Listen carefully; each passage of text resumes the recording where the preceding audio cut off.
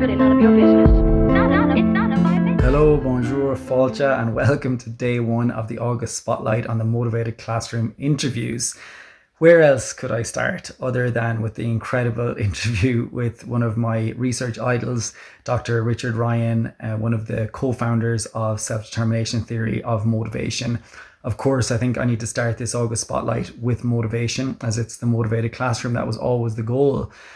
And remember, like, Dr. Richard Ryan has been, his research has been cited, according to ResearchGate here, over 330,000 times. And there's over 300 academic books written about self-determination theory, never mind the hundreds of thousands of academic research papers that mention self-determination theory that are peer-reviewed in academic journals. So this is a really big deal, being able to speak to Richard Ryan. I mean, I cited him over and over again in my thesis, in my doctorate, in many papers I study, and it was just such a pleasure to talk to him.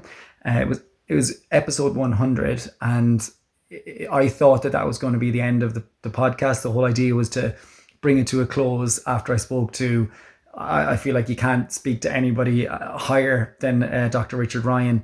But I just was enthused to keep talking to more people, and he really inspired me to even go on and talk to more people. So yeah, I want to talk now a little bit about some of the key things that he brought up in that amazing interview. Please go and listen to it.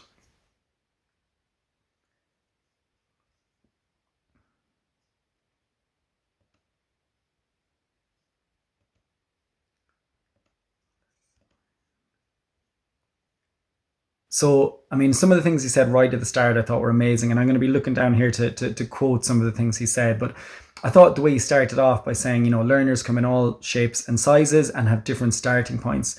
But rather than thinking about how we can take each one of these people and help them become the best at whatever that is, we as educators are focused narrowly on achievement. And maybe that is the wrong thing. And he says, maybe we're so focused on these things, we forget that those outcomes require a flourishing learner. I thought that was so insightful, like, as in, it doesn't really matter if we keep focusing on the achievement and pushing the standards and the extrinsic motivators over and over again. To get there, you need a learner who's flourishing and willingly engaged. And then he has this lovely quote where he says, I think the role of every classroom teacher is to create the best atmosphere you can within your classroom, what's in your sphere of control. And I sometimes use the metaphor of it's raining out there. It's your job to hold up an umbrella over your students and create the climate in your classroom that is conducive to learning. It's about focusing on what you can do within your classroom to create a nurturing and need-supportive environment. Again, just so important, like, focus on what you can do in your class, the activities you use, the strategies you put in place. And I think that is incredibly powerful.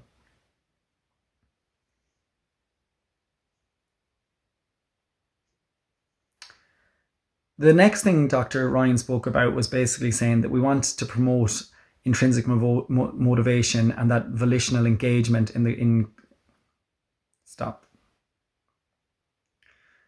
Next, I thought it was really interesting that he focused on intrinsic motivation and volitional engagement, as in focusing on getting students to willingly engage with the learning.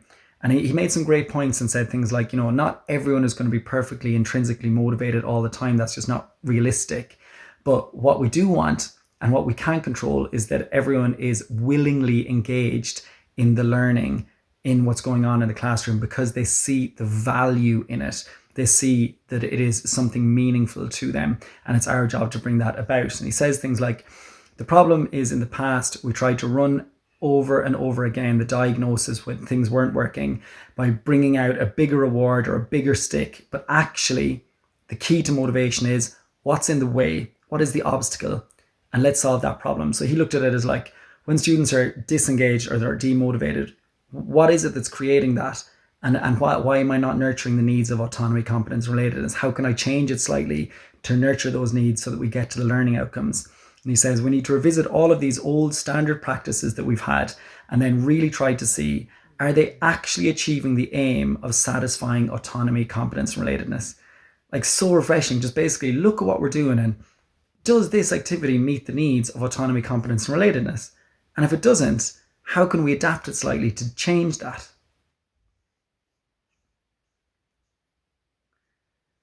And finally, I think he made some really interesting points about universality. Because one of the big claims of self-determination theory is that autonomy, competence, relatedness are present in every human. And he said, there's no context in which autonomy doesn't apply. That is our universal claim.